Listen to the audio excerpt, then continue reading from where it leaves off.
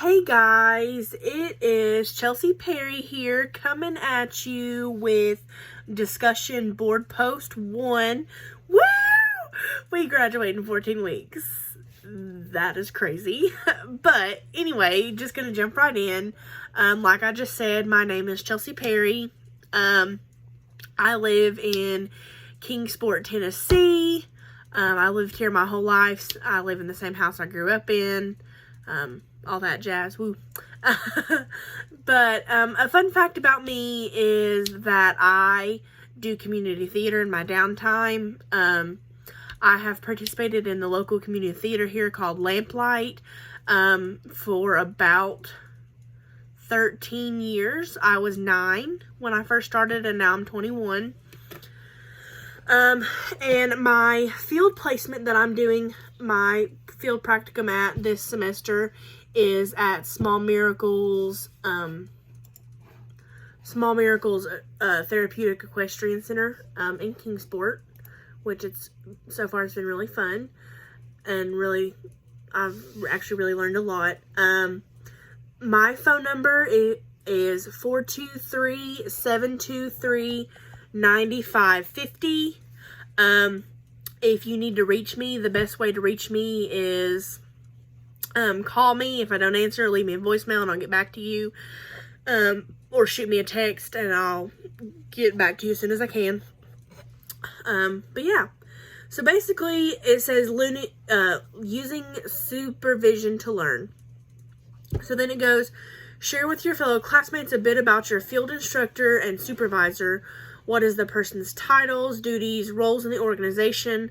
What do you expect to learn from your supervisor? What kind of supervision do you think is right for you? What can you do to get the kind of supervision you need as a social work student? And discuss 3 ways in which you can use supervision in your practicum. So, basically, I have 2 main instructors and supervisors, but technically I have 3. The first one is Miss Kimberly Ladd, or we call her Miss Kim. She is the program development, her title is the program development coordinator.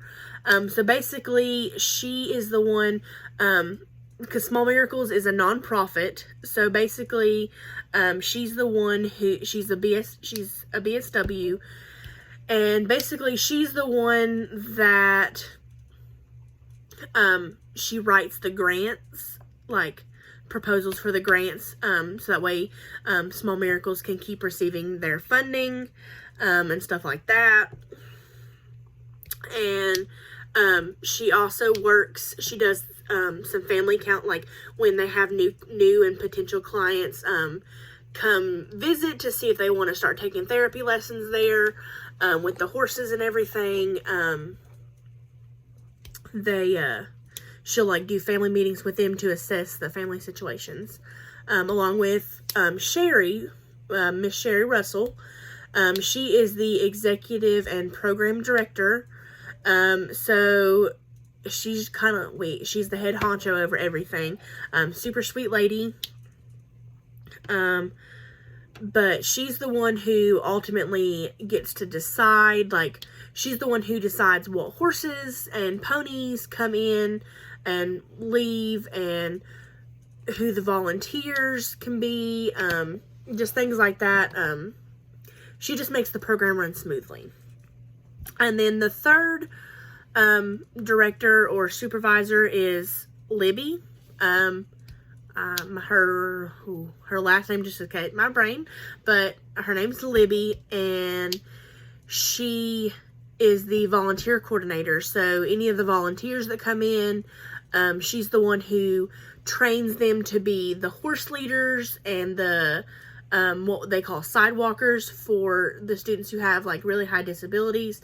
When they get on the horse, you put your arms and stuff over top of their legs and stuff so they don't fall. And then she's also in charge of finding the volunteers on the weekends to come in and do weekly feedings and stuff like that. So she's great. All 3 of them are great. I've really enjoyed this last week and a half getting to work with all of them.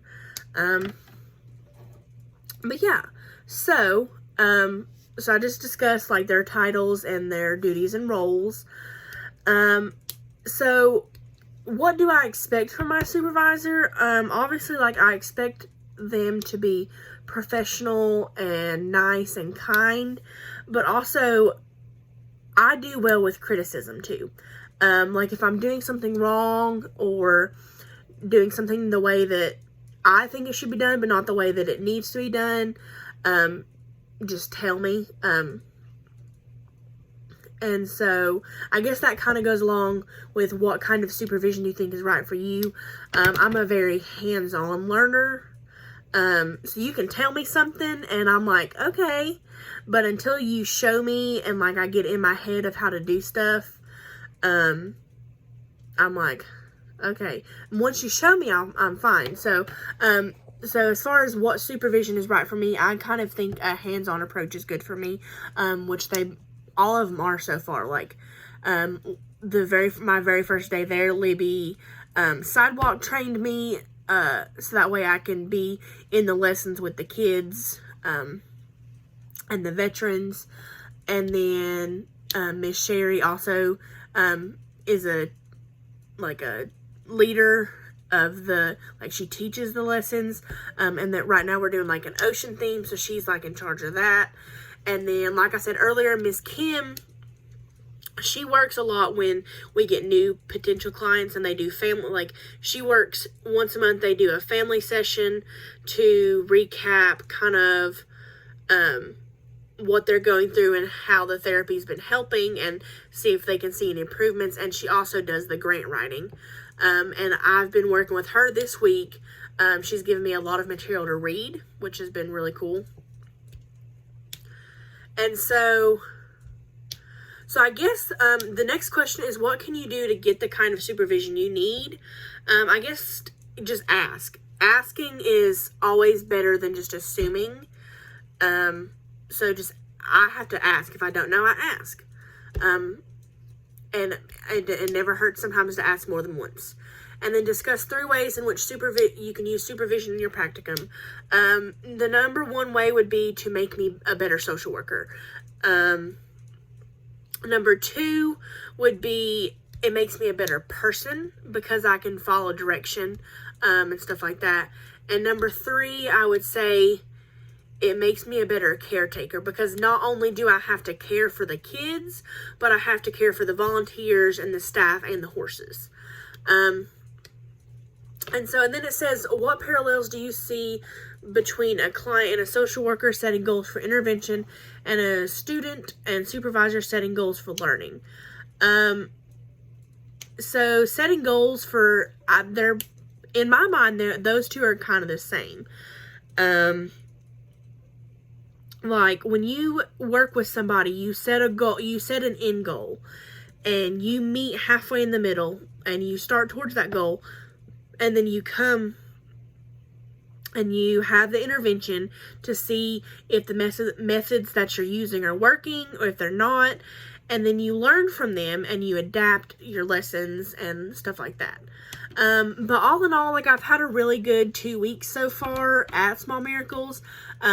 Just a little bit of background about them. They are an equestrian therapy. So we deal with horses and ponies, and we work a lot with disabled, with special needs kids, and throughout the week.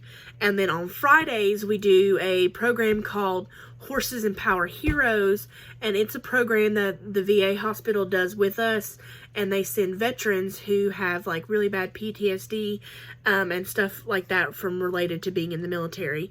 And it's just been a really cool experience so far, and I really think that I'm going to learn a lot from being placed here. But that is about it. If you have any more questions, feel free to email me, text me, call me. Some of you have my Facebook, but bye!